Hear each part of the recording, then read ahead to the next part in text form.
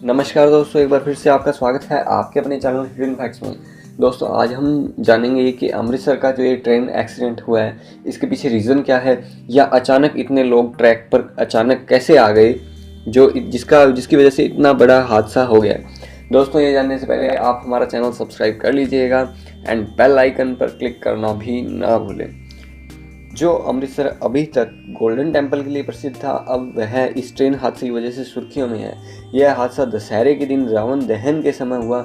इसका मुख्य कारण बताया जा रहा है कि प्रशासन की लापरवाही थी, क्योंकि बिना किसी परमिशन के रावण दहन यहाँ पर क्यों किया गया।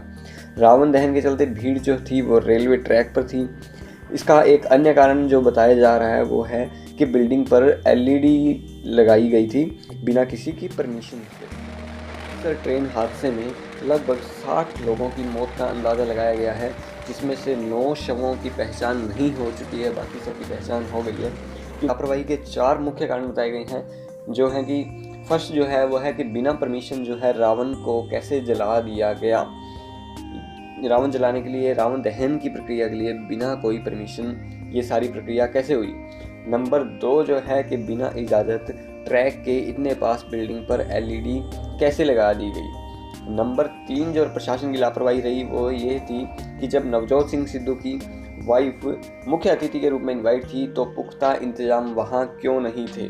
नंबर 4 जो प्रशासन की लापरवाही बताई गई है वह है कि इतनी भीड़ के बावजूद भी ट्रेन को क्यों नहीं रोका गया या क्यों नहीं धीमा किया गया।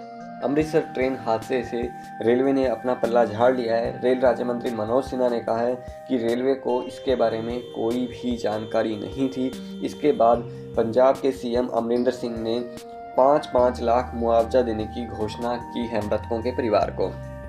आज के लिए बस इतना ही। मिलते हैं कुछ नए व फ्रेश अपडेट्स के साथ।